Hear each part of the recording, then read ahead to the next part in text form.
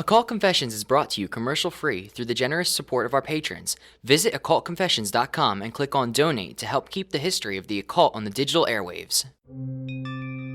Is the Theosophical Society secretly running the United Nations as a puppet organization? And is this part of a conspiracy to spread the worship of Satan, Prince of Darkness, ruler of demons, and father of lies? Let's try those questions another way, just so we're clear what we're asking here. Is the Theosophical Society the original Church of Satan before LaVey made it cool? And are they controlling the international governing body responsible for establishing and maintaining international peace and security, and ensuring that all people enjoy reasonable living standards and human rights? And is that whole international peace and human rights agenda just a cover-up to get people around the globe to worship Satan, the great adversary and angel of the abyss? I first heard this theory while I was conducting some research for a conference presentation on how internet culture represents the life and career of the controversial turn-of-the-century occultist Aleister Crowley. Midway through a documentary that had been entirely focused on how Crowley had inspired rock musicians to create satanic music and inspire child murder, the narrator suddenly announced that Helena Blavatsky's Theosophical Society was secretly in control of the United Nations, and that their purposes were decidedly evil. This whole idea struck me as so off the wall that I needed to find out where it came from, and why anyone would believe it. And so, the Helena Blavatsky United Nations Satanic Conspiracy Theory will be the topic and the target of today's episode, the last in our Blavatsky series. Satan! I heard a lot of what you said, but mostly Aleister Crowley and Satan. And Helena Blavatsky. Well, Aleister, he is going to come back, but today that's all we'll be hearing from him. I feel like laying him down. They Putting him to were rest. running that, we'd have a lot less issues than we currently have with our foreign affairs. So if the Satanists were... So you're saying the proof that the Satanists aren't running the United Nations is that we have... really poor foreign affairs. Is the current state of things. Ununited nations. Yeah. Okay. Yeah. All right. I look forward to hearing more about these ideas. My name is Rob C. Thompson, Supreme Hierophant of the Secret Order of Alchemical Actors and Doctor of the Occult. I am joined today by our, I guess, resident Satanists. Oh, shit. Right, to some extent. I mean, I don't think there's anyone else. You're the closest we've got, right? Yeah, I don't... We've got the Literal Sisters. Olivia, as usual, our Grand Master. Woo! Brianna. Hey. Okay. And also joining us, we have John Cook. Hey, what's up? Nice. Thank you. Trying out something new there. Yeah. John is an untitled initiate, as opposed to our Grand Master and Metallurgic Prophet. So I think it's time to give John his title. We've had a couple of titles that have come up over the last few episodes that they're sort of like floating around waiting for someone to pick them up. Right. So the first one is the Keeper of the Titles. And that comes with some responsibility, John, because you will have to keep track of everyone's title, because I just don't want to. Isn't it a little late to make that a title, though? No, because Rob's forgetting every day. It's more or less out of my laziness. I would like someone to just know the titles. All right. And someone we can yell at if I don't. Yeah, but don't forget your own. I feel like John might not be the person for that title. The other one, though, just so we're clear, is Sylph of the Air. That's the one. John the Sylph. Sylph of the Air. I'm going to call you that outside of this podcast now. Please do. Is that it? We're going with Sylph of the Air? I guess. So John is leaving aside the keep. We still don't have a title keeper. Who is going to keep But now we have yet another title. Okay, all right, I'm fine with that. If that's the will of the group. Do you feel like a Sylph of the Air? Yes. Done.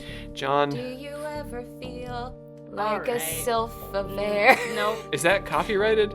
No, because I changed it. The words were different, mostly. Protected under parody. My single is dropping later this week. We, the members of the Secret Order of Alchemical Actors, do solemnly commit ourselves to a full and honest telling of the history of the occult as far as we know it. All right. Let's get to our 3 plugs here before we dive into the Satan Conspiracy United Nations business. Plug. Plug. We're going to start with the Damned podcast community, who is our newest patron. Rob, be nice. No, but that's who they are. Are you sure? They're the Damned podcast community. Huh. They talk about damned things. I actually in a thought communal you were fashion. referencing the entire podcast community. No. Damn podcast I was community. like, but wait. So you're telling aren't so we a part of that? so like all podcasts gathered together to give us a couple bucks on Patreon is what you're saying. Yeah. They're like this poor Now that podcast. I No. think about it, it's not. No, these guys do like, occulty things and, like murder things and that kind of stuff. And they have YouTube videos and all sorts of fun stuff. So thank you, Damned Podcast. Thanks for thinking that we are also damned. Maybe. I think I would take I'm this down as a with sign it. that they're... Yeah, I've known. Thanks. We do want to make a plug as well as usual for our listeners to like and subscribe. Can you like, subscribe, You can like us on your own time. and give us stars? And just like us just as you're sitting sitting around. around. Yeah. Yeah. The general like this. Plug number 2. And I don't really have it. Oh, plug number 3. I do have a thing. What I want to start doing with the 3 plugs is, we'll talk about the folks that gave to us on Patreon. We'll encourage people to subscribe as we did. This is very meta. And we will let folks know about episodes previous to this one that might help them better understand the content. Oh. So in this case, can you guess which one I'm going to promote? Aleister Crowley? No, because we're not talking about him A anymore Girl today. Can Hope. I really am preparing an episode about The him. last episode I was in. Were you in Satanic Panic? Yeah, I Yeah. did the brief history for it. So Satanic Panic is what I would suggest that our listeners have a listen to as a compliment, right? All of the previous Blavatsky stuff, too. Well, right, yeah. Just all the episodes. But yeah, all the That's just satanic understood. stuff. Just listen to all the 30-some episodes. episodes. Podcast. Very good. Satanic cults. Let's close up the plugs. Plug. I plugged him back I up. have a sound effect for that. Oh, and you don't want that one? It's anyway. Under a couple of dirty little rocks in one of the more dangerous digital neighborhoods on the bad side of the internet. Oh. Yeah. I came across 2 websites who offered 2 of the only substantial clues I could find about this alleged conspiracy. The first was an article by Atreyu on bibliogrecaliades.net. Bibliogrecaliades. That's like Bibliotheca Pleiades. Is that what that is? I don't know. Is that my site? Are you on my site? No, it's Bibliogrecaliades. I think that's a like a sister play site. on that? I think it's a Well, okay, so what is your site about? basically my whole reptilian-ish episode Oh. was mostly from, it's called Bibliotheca Pleiades. Well, that explains a lot. I think Pleiades. You can Anyway, this Atreyu character points to the Lucis Trust as the satanic theosophical arm of the United Nations, or at least a sign that the United Nations is secretly satanical and theosophical. The Lucis Trust is a publishing house which prints disseminates United Nations material. It is a devastating indictment of the New Age and pagan nature of the UN. Lucis Trust was established in 1922 as Lucifer Trust by Alice Bailey as a publishing company to disseminate the books of Bailey and Blavatsky in the Theosophical Society. The title page of Alice Bailey's book, Initiation Human and Solar, was originally printed in 1922 and clearly shows the publishing house of the Lucifer Publishing Company in 1923. I'm going to start by conceding that at least some of what the learned Atreyu has to say here is true. It is true that 1. Alice Bailey established the Lucifer Trust, and 2. That happened in 1922, and 3. That the Lucifer Trust was renamed the Lucis Trust, and 4. That they have some relationship with the United Nations. So it feels like I'm conceding a lot here, but I'm about to walk back a lot of that. I was supposed to say, I feel like Yeah. you conceded the whole thing. Oh. Case closed. Oh, but no. So, who the heck is Alice Bailey? We got to answer this question, right? I'm trying to figure that out. I got you. For that answer, I'd like to turn to a new favorite resource of mine. It's the Biographical Dictionary of American Cult and Sect Leaders by J. Gorton Melton, published in 1986. I'm sorry, what? I happen to have purchased a copy once owned by the Sacred Heart University Library in Bridgeport, Connecticut, where I presume everyone now knows their American cult and sect leaders, so there's no longer any need for this book. Otherwise, why would you part with it, right? I would never. This is the biographical dictionary of American cult and sect leaders. This is something we should all have on our shelves, particularly the Sacred Heart University Library. So, they must have memorized them. Anyway, let's take a look in a new segment that I'm calling A Moment with the Biographical Dictionary of American Cult and Sect Leaders by J. Gordon Melton. And I'm going to go ahead and do this myself. Please. Yes. All right, so let's open this up. Alice Latrobe Bateman Bailey was born June 16, 1880 in Manchester, England, and died on December the 15th, 1949 in New York. Little Alice was an unhappy child, growing up in a wealthy family in England and attempting suicide on several occasions. One Sunday afternoon when she was 15 years old, she sat alone in her room, reading, when a tall stranger in a turban came in and sat beside her. Oh, no. Yes, he told her that she had an important mission that she had to prepare for. At the time, she thought this man was Christ, but she later discovered when she saw, because Christ is popularly pictured with a turban on. Wait. Oh, shit. Do I know what's gonna happen? I think you do. We'll see. But she later discovered when she saw his portrait at the Theosophical Society, yeah? No. That he was none other than No. Kutumi! Knew you were gonna say that. Kut No. himself, one of Helena Blavatsky's Himalayan Mahatmas, yes. She married William Evans and moved to Cincinnati, Ohio, where he studied to be an Episcopal priest. Right? Wait. Like you do when you marry a woman There's- who is friends with Kutumi. Well, He just showed up. how much longer? That's what he does. That's how Kut rolls. He just pops in and tells Forgot you about him. that you have a mission. Just ride the coot train. Blavatsky is not alive anymore, right? What year She's is this? she died in 1892. So yeah, she's dead. A little bit dead. She's only been dead for like a decade. So Alice Bailey is very conveniently She's seeing. picking up the mantle of Kut Oh. because Blavatsky ain't carrying it anymore. So she's married to this Episcopal priest, and he turns out to be a priest with the tendency to fly into a rage. Oh. So she divorced him after the First World War, because you got to get your world wars out of the way, right? After the war. Yeah, she saw that through with him, and then she was like, okay, I gotta go now. So two of her friends in Pacific Grove, California, introduced her to Theosophy, so she would have later seen the Kutumi painting.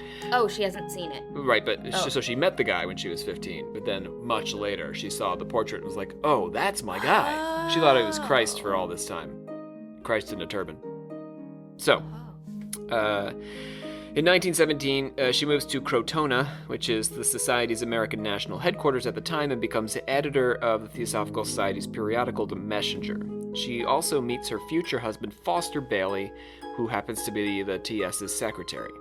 In November 1919, she's contacted by Djwal Khul, a Tibetan master, her own master now. It's not just Kut, now we got Djwal Khul, and he asks her to become his assistant, and telepathically dictates the text of Initiation, Human and Solar to her, and then 18 more books over the course of the next 30 years, which is sort of on par with Kutumi and Master Moria. Like, they dictated a bunch of books to Blavatsky, so she's just trying to keep up.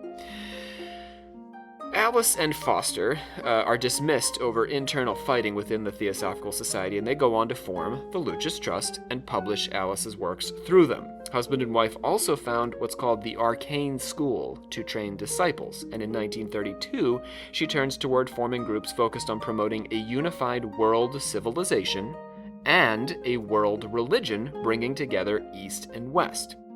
After she died, the Arcane School split, and her husband ran the Lucis Trust until his death in 1977. The Lucis Trust is still with us today. And that's a moment with the Biographical Dictionary of American Cult and Sect Leaders by J. Gordon Melton. Thank you. Jay Gordon and Rob. All right, let's get back to the story. I had a question, but now I don't remember. I also so had a keep going. pun, but Really? yeah. That's not like you. I know. Let's have it. The guy must have been pretty cool. So he wrote those books and his name was cool. I'm gonna go. Oh, I didn't get it because I forgot his name. Coot and cool. Oh, Dijwal Cool. Yeah, he was a pretty cool dude. Oh, I'll take that. Yeah, that's All right. Somewhere job. Brandon Y'all are is looking at me listening. like I am. That's like the kind of I should pun be- you'd hear on a cartoon for 11-year-olds. I'm gonna go. It's nice being here, guys. There's a market for that. You're fine. It's just not here. You know what, John? I did force you to give us that pun. We do an episode I will on take Satan partial again, responsibility for Thank that you. pun. Thank you, Rob. All right. Okay, so Bailey ties together 3 pieces of the Atreyu puzzle. Lucifer, also known as the rebellious angel or Satan, piece number 1, the Theosophical Society, piece number 2, and the United Nations, piece number 3. So if we know who she is, we can see she's got all these pieces pulling together. And I'll tell you how. The themes in Bailey's life resonate with what we've learned about Helena Blavatsky this season. Blavatsky's claim to fame was her effort to unite Eastern and Western occultism and establish a kind of world religion by erecting lodges of the society all across the globe. And, we talked about the secret doctrine and how she's pulling together Western and Eastern occultism. She was also famously hostile to Christianity and devoted half of her first book, Isis Unveiled, to a direct attack on organized Christianity. She believed that religion, specifically Christianity, Christian religion, was a pale copy of the more original Buddhist and Vedic traditions of India. And in her second major work, she made the case that Satan wasn't actually the evil angel the Christians had made him out to be. The secret doctrine says, as you'll recall, that the serpent in the Garden of Eden raised Adam and Eve out of their animal ignorance by opening their intelligence. So Lucifer, not so bad. And remember from, I think it was the first of the Secret Doctrine, she was involved with a publication called, I believe, Lucifer. It was just the name of it. You remember this, Olivia? Maybe? No. The young Theosophists created a magazine, and they just called it Lucifer. Oh, I didn't remember the name, but I remember what you're talking about, I think. So, without the serpent, how can humankind have the presence of mind to come to appreciate and understand God and spirit, is Blavatsky's question. That's why she likes the serpent, who she equates with Lucifer. Lucifer is okay. He's the bringer of light, called both the day star and son of morning in the Old Testament, by the way.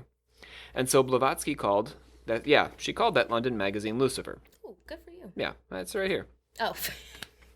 Okay. Yep, now I know for sure. Glad I put that in here. Oh, good for you. Didn't read ahead, though. Okay. And Bailey calls her publishing company the Lucifer Trust, initially. But Blavatsky was not actually what we would consider a Satan worshiper. To just take one step back from this, complicate the story. She understood the serpent and Satan as an allegory and was not inclined to believe in any of the Christian accounts whatsoever. Satan was, if anything, a misidentified spirit who was among her Hindu pantheon, which was far closer to her understanding of the spiritual world. So Christian Satan doesn't even work because Blavatsky's operating in a Hindu reincarnationist universe. So she's not really a Satan worshiper. She's just saying Lucifer is really a Hindu spirit who endowed humanity with intelligence. I can get down with that, though. Yeah. All right. Cool. Dijwal cool. Yeah. This is not okay. Why do you hate me? Why did you say that? I don't know. So, because now we can enjoy it for the rest of the episode, I'm just mad because I didn't get it. and we can have listeners groaning across the globe as I continue to use the Dijwal cool pun. I'm so sorry. Bailey's connection to the devil goes deeper than the name of her publishing company and somewhat indirect association with Blavatsky. To understand how, we have to turn to another right-wing Christian conspiracy theorist, David J. Stewart, on Jesus-is-savior.com, because I assume the JesusIsSavior.com without the hyphens was taken. How many hyphens was that? 2 hyphens between Jesus, is, and Savior. Not with .com. The Lucis Trust Publishing Company and their many fronts and organizations worship in an externalized hierarchy of ascendant masters who carry out the work of a Luciferian master plan, Adam Weishaupt's 1775 Illuminati blueprint, for the establishment of a permanent Age of Aquarius ruled by one Sanat Kumara. Notice the name Satan has been rearranged just as Santa. The Lord of the world, 2 Corinthians 4:4, identifies this as the devil, who is the god of this evil world. Sanat Kumara is a fictitious character made up by Alice Bailey and her Satan-worshipping buddies. The truth of the matter is that the so-called ascendant masters were in contact with familiar spirits, demons, that dictated what Satan wanted them to write. This is how Satan controls the spiritual wickedness in high places, as Ephesians 6:12 teaches in the Bible. So Santa is Satan. Santa equals Satan. Santa is the master of this world. Yes, he is. I mean, we've known it since we were like 3, right? And he brings joy to children. Which Does he? is Nicole. in this Like Satan. Ah, yeah. You right. Yep. yeah. Where's that statue out of Baphomet and the children coming unto him? Oh, in Sabrina, the new Sabrina show. They use that? Yeah. No, but isn't there an actual, like at a courthouse they had? Oh yeah, definitely. Yeah. Well, The that's why they Satanists have had the it put up? copyright issues on Sabrina. Yeah. Because they. Because it's literally an exact same statue. Yeah, it's Anyway, so we're starting to get deeper into the weeds, as you all can tell, what with the Santa, Satan. But this Sanat Kumara guy is who we have to get to. Okay. So to understand what the heck Stewart is on about, we'll actually need to get into a bit of what Bailey wrote, and we'll turn to her first book, which we've heard about a couple times already, Initiation, Human, and Solar. Her book lays out how you, yes you, can become an ascended master, just like Blavatsky's White Lodges in Egypt and the Himalayas. You can be coot. me. Or cool. Ooh. Ooh. Oh.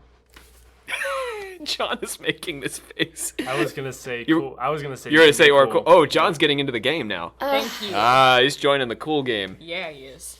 I'm going to let you do that next time. If I see it coming, I'm letting it come. Okay, so here's how this opportunity came to be, that you too can be a coot or a... Cool. Yeah. Okay, first, we've got to accept that our planet is watched over by a vast hierarchy of spirits. Can you guys get on board with that, Yeah. my pagans? Yeah. Done. Yeah? Okay, cool. John? Sure. All right. He's not gonna say no. Less enthusiastic, yeah, he's surrounded. That hierarchy has been more or less the same for millions of years, with one important exception. It'll help before we go on, if you haven't listened to our last episode on the Secret Doctrine, to go ahead and have a listen. That'll really inform this a bit. This really last 2 episodes. Bailey is really expanding on Blavatsky, and so you've got to have a sense of Blavatsky's system before you can truly get on board with Bailey's. Okay, so during the 4th root race, recall that we are the 5th, and the 4th were the denizens of the sunken continent of Atlantis, the Atlanteans. Some of the spirits watching over our planet were called up to work on other planes and other planets. Got me so far?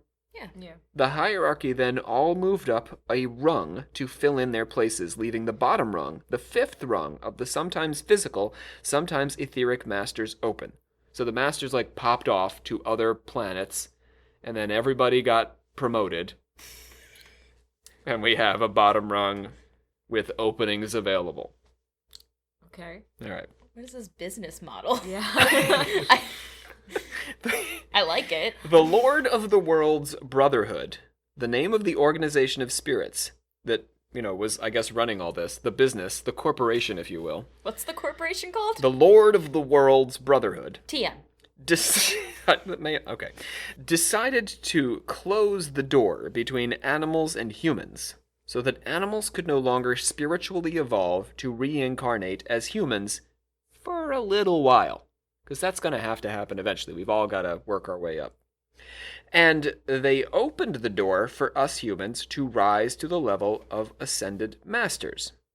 So this is like a temporary thing that we can get to master level, because, there's been openings made in the ladder. They also clarified a demarcation between good and evil, spirit and matter, which led to a world war between the forces of good and evil, ending with the Great Deluge in Atlantis, and then resurged during the First World War. The Second World War hadn't happened at the time Bailey published the book in 1923. Got me? So both the Deluge in Atlantis and the World War were about this conflict between good and evil, spirit and matter. Okay. So we've got the greedy people who, want to take over Europe and, have a bunch of stuff. They're, our evil matter people, and our spirit people are, I don't know, the British. I don't know if the British are the spirit people. In this system, I guess they've reached that stage because they quit colonizing places. No, they didn't. They're still doing that. All right.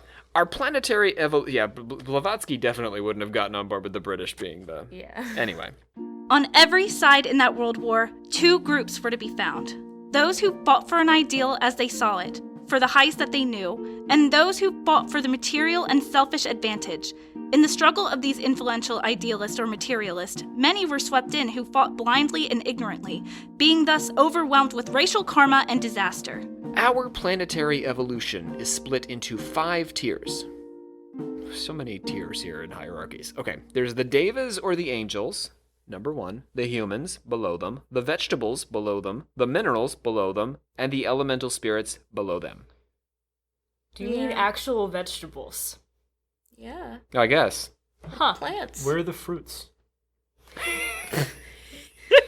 I think they count in there. Yeah, I don't know if they're above or below the vegetables, but they're real I close. think I'm with John on this one. I I think don't it's just plants, really. Is Yeah, what we're they really talking mean. plant. We gotta think more We broadly should have here. said plants then. Yeah.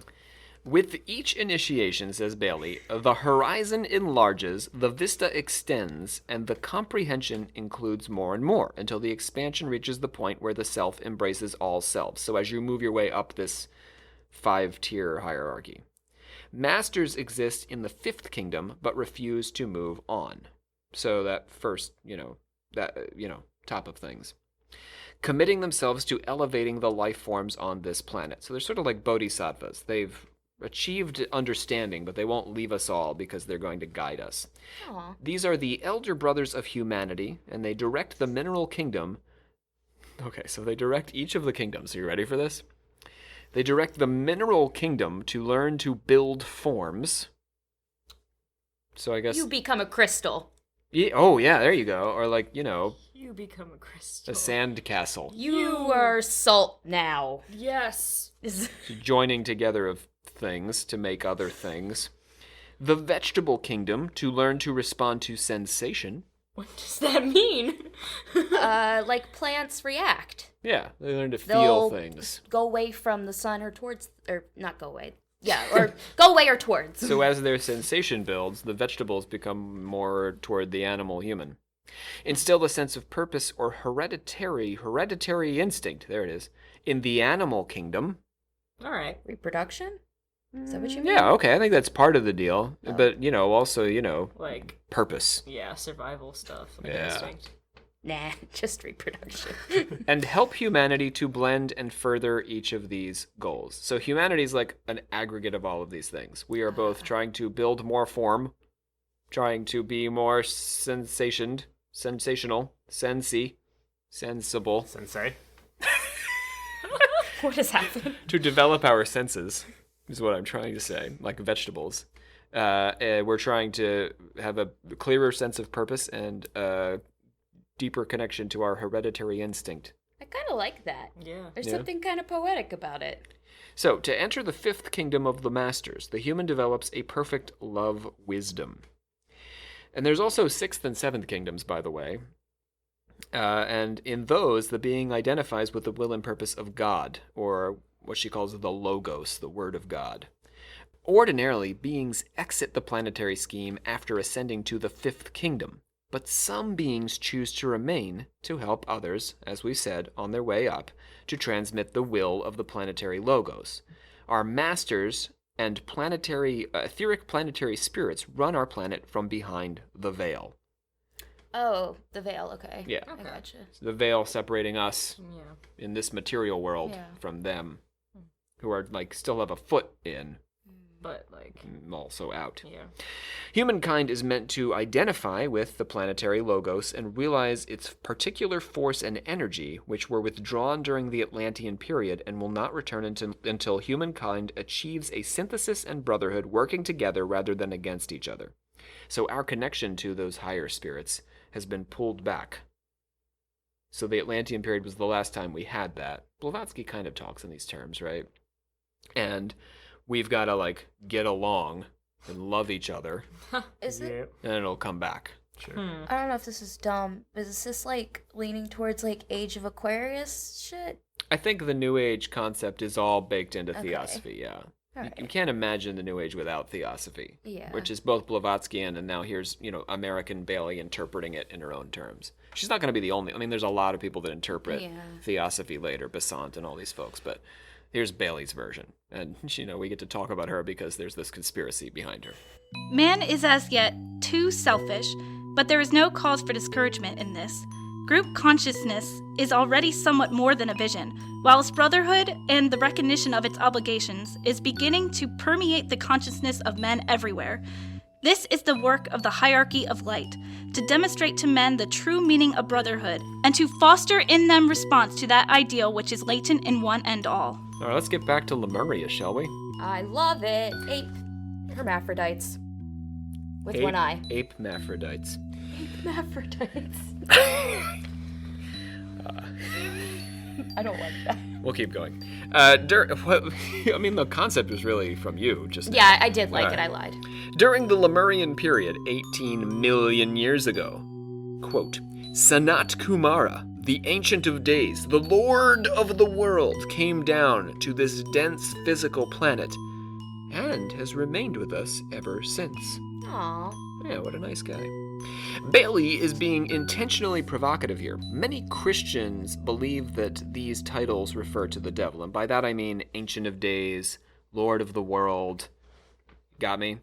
So Bailey is taking these titles for the devil and giving them to Sanat Kumara, like intentionally to get a rise out of the Christians. Oh. In a very passive-aggressive, subtle way. Mm-hmm. But still, it's in there. You can find it if you want. If you really want to go after her, she is not hidden. She's hidden in plain sight. So, in the Gospel of John, Jesus is speaking to his disciples about how he is about to leave them for good, but reassures him that he will return. And in this, I think we see that the biblical interpretation of these titles of Satan is actually a bit of a tricky business.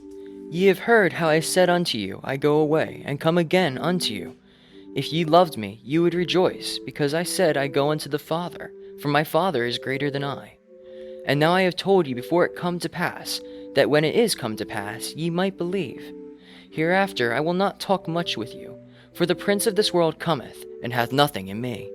It makes sense for Bailey to intentionally call out a reference to Lucifer, knowing full well how it would be read.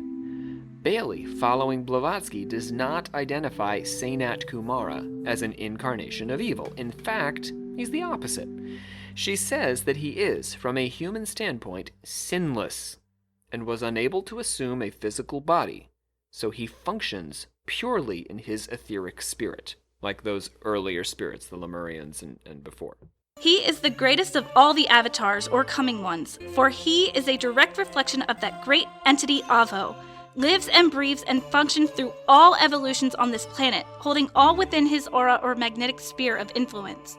In him, we live and move and have our being, and none of us can pass beyond the radius of his aura.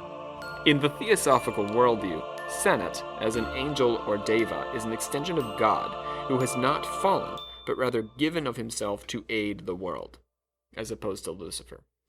Sanat Kumara has sacrificed his own ascension to shepherd the souls of humans through our hierarchy. He is as far evolved from an adept as an adept is from animal man.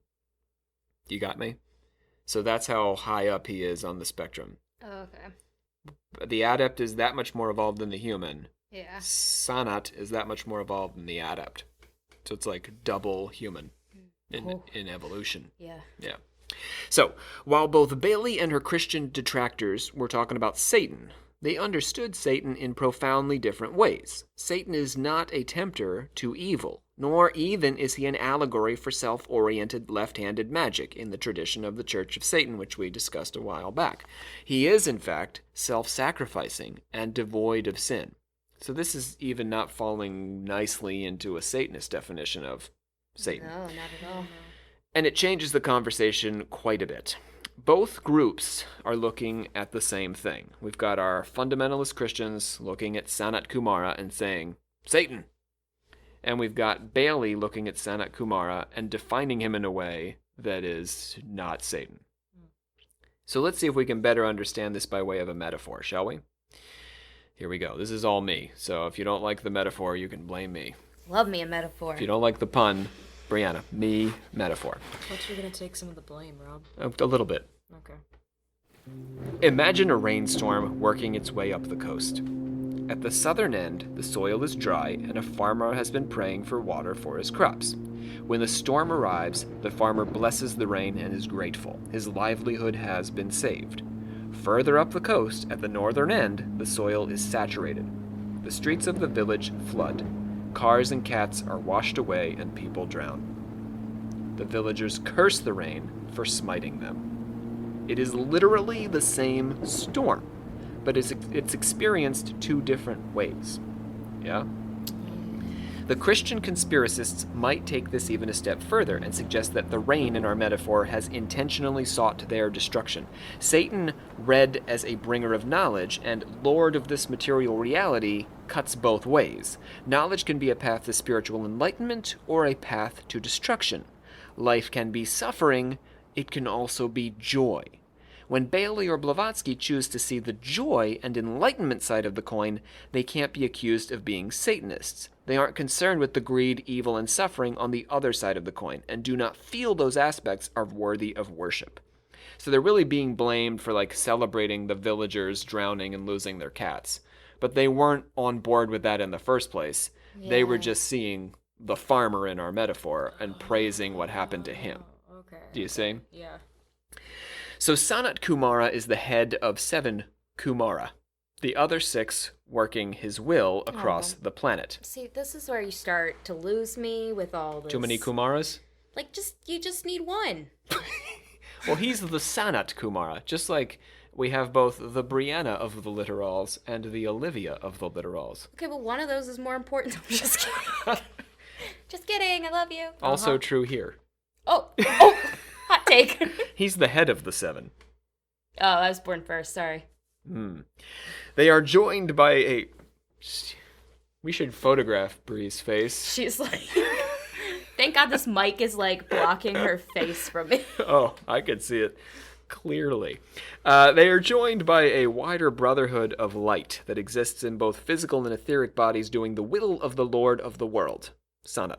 Most of this brotherhood resides in Shambhala, in the middle of the Gobi Desert, the white island invisible except to the initiated. Shambhala, you'll recall, was the place, according to Blavatsky's secret doctrine, where the elect sheltered during the great deluge that brought down Atlantis.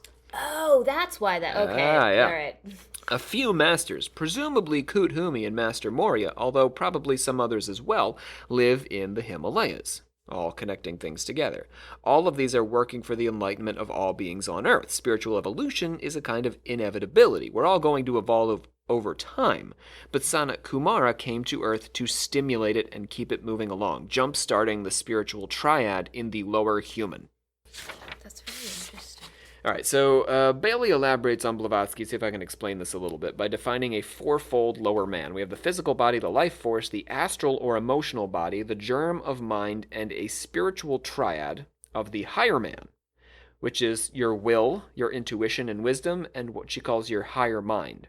Sanat influences the mineral kingdom, rendering some minerals radioactive to allow them to better bridge into the vegetable kingdom. I'm sorry. Yeah.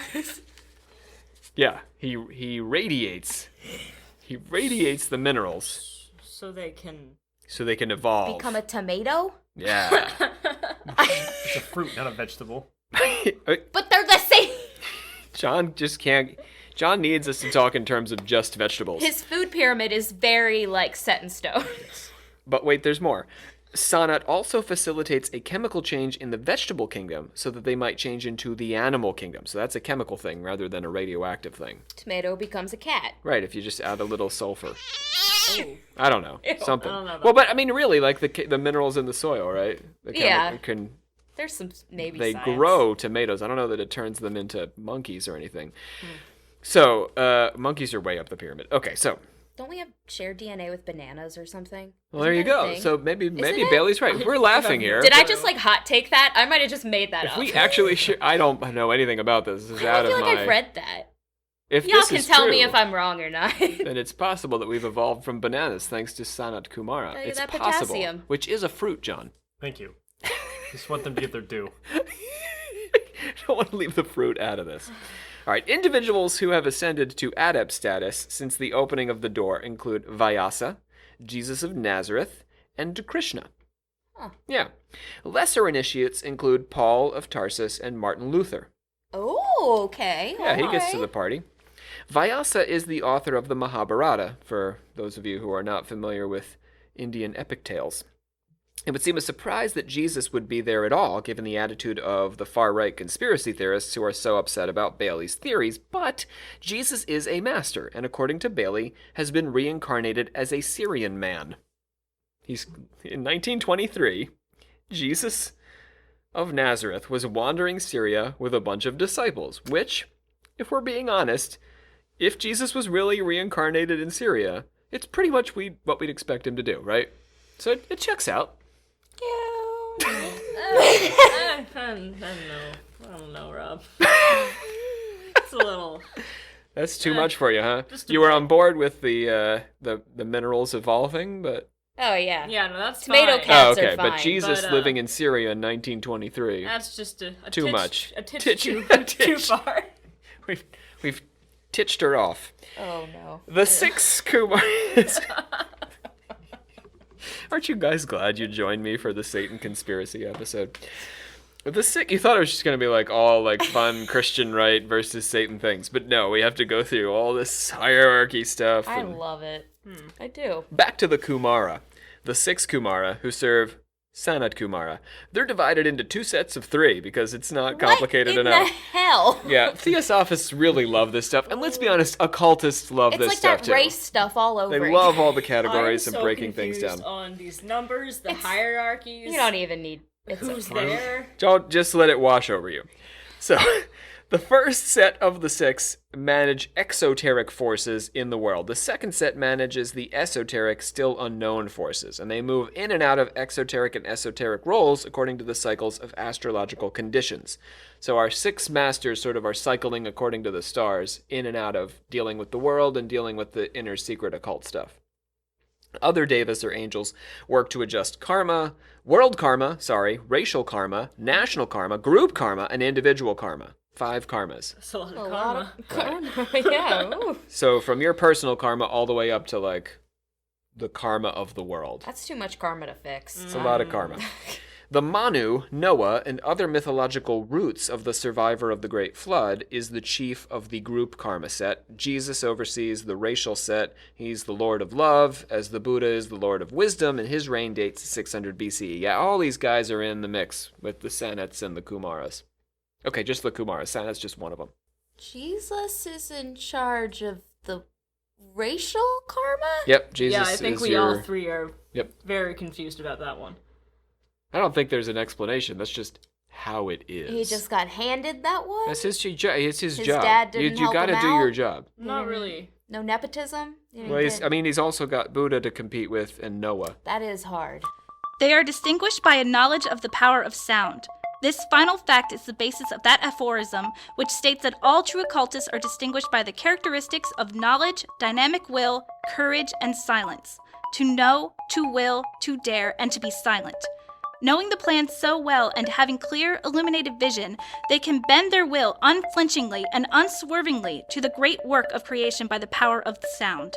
This leads to their silence where the average man would speak, and their speaking where the average man is silent. So now we're adding sound to this. Sound is part of the mix. As Blavatsky if does have comments on sound as It well. wasn't complicated enough. Now sound is like this ruling factor. Well, it's important. The true occultist. I'm a But terrible not cultist. only then. sound. Yeah, I know. We speak a lot. We're on a podcast. We're speakers of... We love the sound of our own voices. Yep.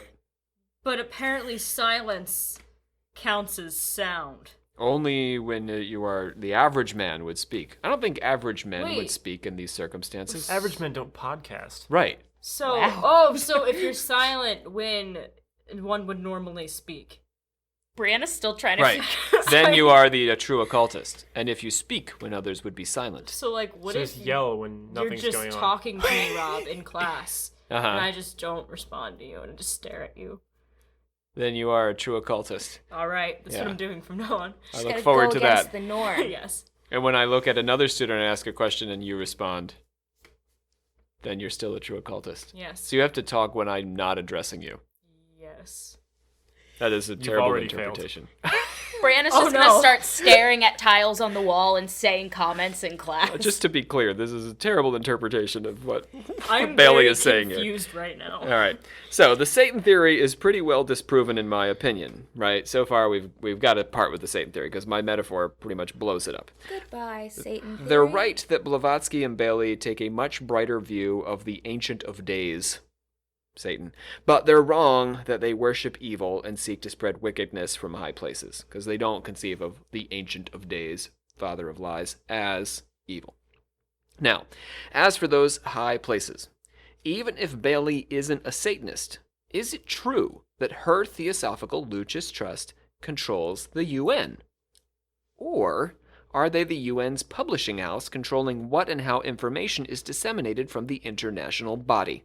Let's check in with the Lucis Trust itself. The Lucis Trust has consultative status with the Economic and Social Council of the United Nations, ECO, SOC, and World Goodwill is recognized by the Department of Public Information at the United Nations as a non-governmental organization, NGO. As such, the Trust and World Goodwill are part of a community of many hundreds of NGOs that play an active role in the United Nations, particularly in spreading information about the UN and fostering support for UN programs.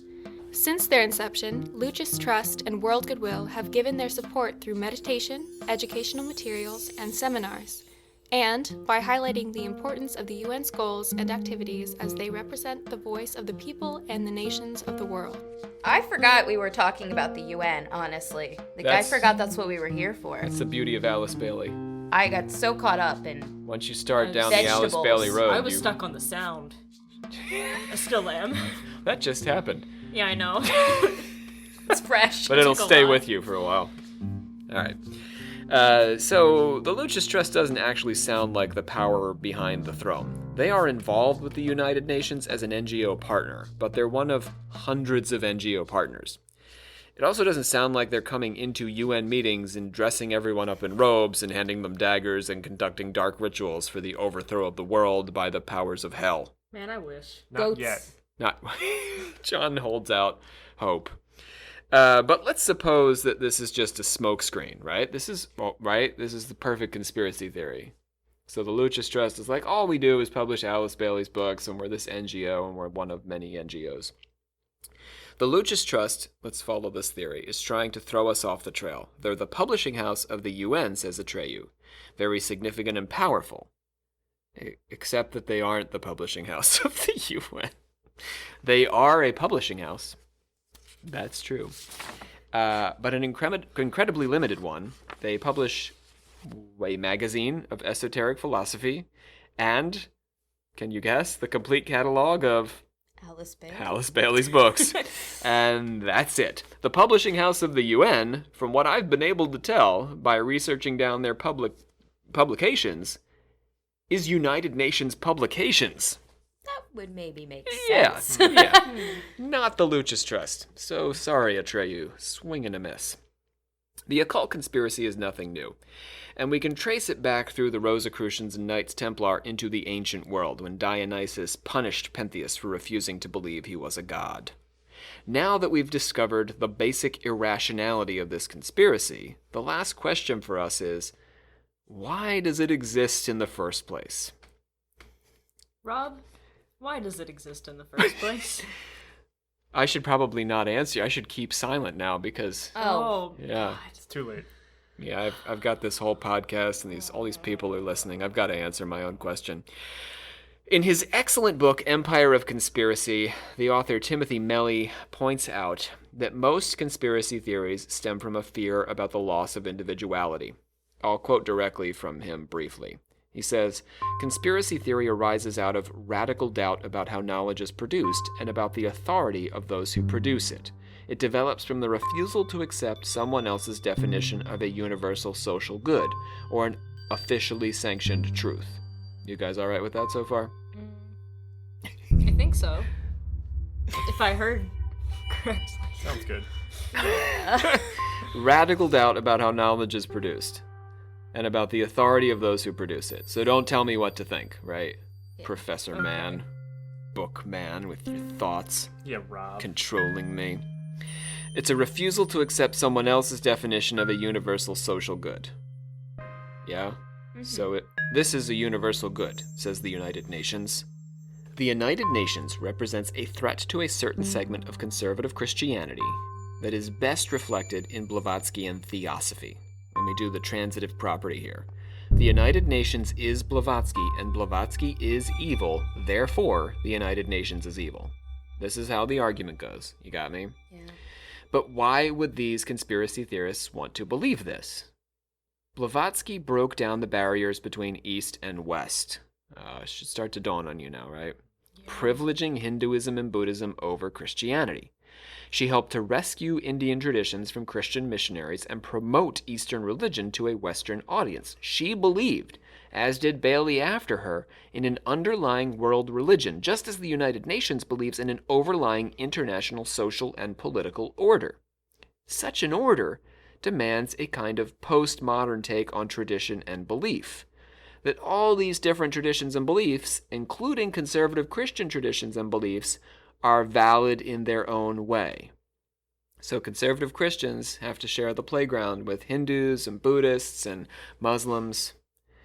This implies that Christianity cannot be the one true way, that all these other traditions should not be stamped out as heathen religions and replaced with Christianity as the only path to heaven. In leveling the playing field and honoring non-Western religious and cultural systems, the United Nations is actually threatening the specialness of the conservative Christian self-image. So that's how this body, do you see, threatens their sense of self by saying what they should think. The universal social good of universal toleration, if not appreciation, is not something the conservative Christian embraces. In this vision of international order and peace, Christians aren't special. They're one of a brotherhood of equals, which is really how Blavatsky saw things and how Bailey apparently sees things, if we're penetrating the depths of her various Kumaras. But they insist on being special, on maintaining their right to view their religion as the only truth, and so they reject any effort to compromise that view. And a conspiracy is born. And that's my explanation of the United Nations Satanic Theosophical Society conspiracy theory. Satan! I love Satan. That's what I got out of this. Really? My love for him is still strong. I mean, do you follow what I'm saying here? No, I do. I was gonna, because Lean when in. I got past the sound barrier that I was you've having, done it. Get You've it? gotten That was past another sound. really bad joke. I'm Good. sorry. I don't know But what's we're wrong glad with me that you today. arrived on the other side of your sound quandary. It made me think, because I don't know if I've brought this up, but like my mountain metaphor for religion. Oh, go ahead. Yeah, maybe. Yeah, okay, so pretty much, like, there's, like, a bunch of different paths to the top of this mountain, and at the peak of the mountain is, like, this higher power that we all strive to get to, and we all just take all these different paths. So I like how it gets brought up within this, that it's not just singularly Christianity that gets you to heaven. Right, that there's all those of these other different paths to it. And I like how that's why they think this conspiracy is a thing. From a very conservative traditionalist standpoint, Yeah, Like yeah. a liberal Christian, I'm sure, could follow that ideology, Yeah. but in this very conservative space, I mean, we could say this about any religious tradition, but it just so happens that it's a conservative Christian voice that's created this conspiracy. And it's coming from different quarters, so, yeah. All right, so is it possible to think about this in Satanist terms? So Satan to a Satanist is not really a guy, right? No. But so what is Lucifer then? Why is Lucifer an object of, praise or sort of like the organizing principle? It's Satanism? Yeah. It's more like Satan than Lucifer. Well, so what is Satan then? An idea. He's like it's more of like what Satan stands for, like what he did in the Bible, what the Christians say like he did about going against what God said and feeling that God was favoring humans over the angels, which were like his people, his family. So Satan revolted against that, and because of that got cast down, kind of made his own family. It's just the idea, too, that whereas Christians consider Satan and sins, Satanists are going to look at it and be like, well, what's a sin? Sins are just man-made constructs. The only real sin you can commit as a Satanist is either not having knowledge is a sin, not being knowledgeable, or hurting people that don't deserve it. But, like, besides that, things like sexuality, they're very much so like, why would you live your life one way on the possibility that there's something that could bring you an afterlife? So there's this same idea of the rainstorm, right? That Yeah. The two groups can look at the same rainstorm and one see the evil and one see the good in it. Well, even with like the dual view of him as being the two sides of the storm, like you mentioned, Right. Like, I recently bought this Icelandic folklore, like traditional magic book, and or folk magic book, and within it they use like Christian prayers, like they call upon the Trinity, like the Father, the Son, the Holy Spirit, all that good stuff, to invoke the 7 like devils of Satan. Oh. Yeah. And so like There's a literal overlap there. Yeah, they put him at this respect of, yes, he is fallen, but he still was an angel, and he still has that, like, he fell for us, like, in a way. But they still call to him like he could appear as a thing. Yeah. But But it's not an mainly, especially Satanist, but a pagan thing to do. Right. Yeah. yeah, but like, I just thought it was very interesting that within that folk Christian view, they still were like, we're gonna use God to invoke the 7 devils of Satan. So would he have still be seen as like a bringer of light, or would it be Yeah. in a negative? No, it's in a good way. Of knowledge. Even like the spells and prayers that I'm talking about, not all of them are to like do like harm to somebody. A lot of them are to bring like fortune and Right. abundance to themselves. Ah, Yeah. on this plane. Well, that makes sense. I mean, Satan is indulgence. Yeah. Lord of this world. Satanists just don't think that's a bad thing. Yeah. They think you should indulge in yourself. And I just thought that was an interesting overlap. Let's open up our order of confessors. Ian, our friend, who we hear about from time to time, a graduate student in Native American Studies, wrote to let us know about some large mounds located outside of St. Louis. I believe it was James who mentioned a couple of episodes back during the Secret Doctrine episode. He theorized some pyramids in St. Louis. James was, of course, in his classic style, just saying some nonsense, but it turns out there are actual pyramids in St. Louis. Why does he keep getting validated? He always does, right? People come after you, but James... Honestly. Yeah. So they're called Cahokia, and these may have been built by the ancestors of America's indigenous people. Okay, Olivia, your turn. Oh, but guess what? This is from Cast Crisp, who hails from Texas, and he wrote to us on Facebook, and he's asking about Olivia's episode on reptilians, which he loved. Thank you. Crisp? And he wonders if there's any connection between reptilians and what's called the human lizard brain. Yeah, man. You people have heard about this. The lizard brain is supposed to be sort of like your instinctual self. Yeah, it's like the lizard brain is like the oldest part of your brain. It's like literally what we share with reptiles and dinosaurs. Like that's part of us that is carried over through forever. So Olivia's sketched out a thing here. She's been mulling over this question. So I am going to try to simplify this question because honestly, I feel like I could do a 30-minute episode on this question. Oh, cool. Maybe that'll be a patron thing. Oh, just for Crisp. Just for Crisp. So you got the 3-part brain you've written here. Your lizard brain, what is that? Williamstown? What is that? I'm trying to think of how to simplify. Okay, so there's your lizard brain, which is going to be, there's a much more technical term for it. I think it's called like the basal ganglia. I don't know how to pronounce it, guys. I don't know medical things. Yeah. And it's your fight or flight. It's your sex. It's territory. It's all of the things that made it so you could survive, like in your most pure form, if that makes sense. Am I making sense? I'm with you. So it's the same as reptiles, like I said. Like reptiles don't have thought processes necessarily like we do. They act impulsively. That part of our brain is very impulsive. So the whole theory behind it is that the reptilian Illuminati, okay, stay with me. Second time we're hearing Illuminati in today's episode. Really, I could just say reptilians. You could just assume. Okay. But the idea is that they are going to use the right side of your brain, the subconscious, the dreamlike state, your imagination.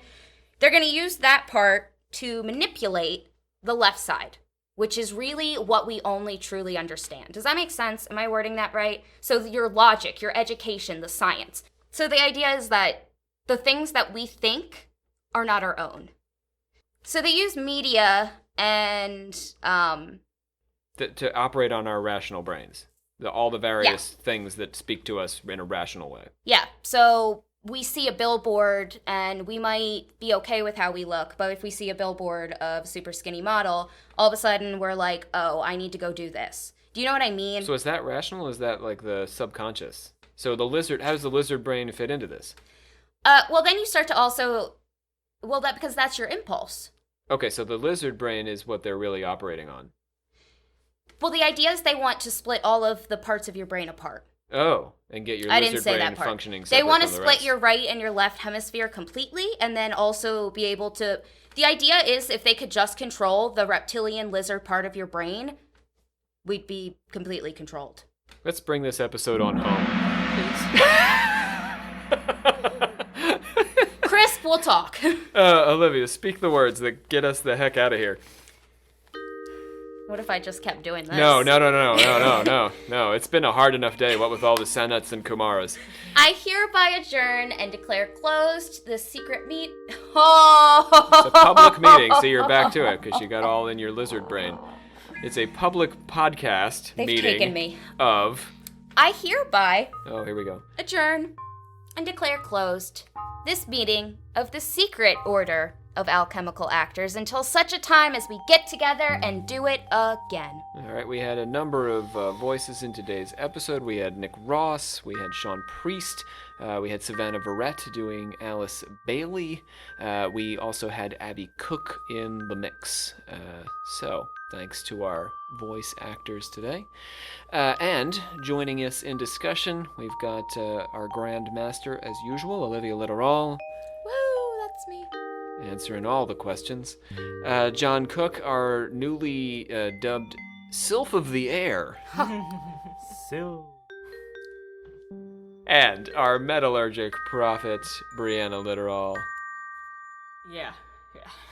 Are you okay? She's No. just burnt. She's I just think- burnt up. I think I had an aneurysm. My name is Dr. Rob C. Thompson. I am your host and the Supreme Hierophant here at the Alchemical Actors stage.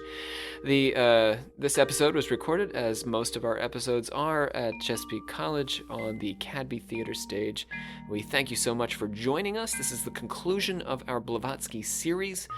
Beginning next time, in 2 weeks, we will be opening our new series on magical warfare. Oh, hell Yeah. Ooh, I'm ready. So, we'll be starting with an episode on the Livonian werewolf, who referred to himself as the Hound of God, speaking of puns. And then we'll be carrying on to discuss, I'm going to do a whole episode that I'm calling Aleister Crowley Goes to War. We'll be doing an episode on the magical battle of Britain. I'll be doing the ghost dance of our native peoples here in the Americas. And we will be discussing government psychic spies. Yeah, I'm very excited about this series. I'm lit. Yep. Okay, so we'll catch you next time for some werewolves. Ooh. Have a good 2 weeks.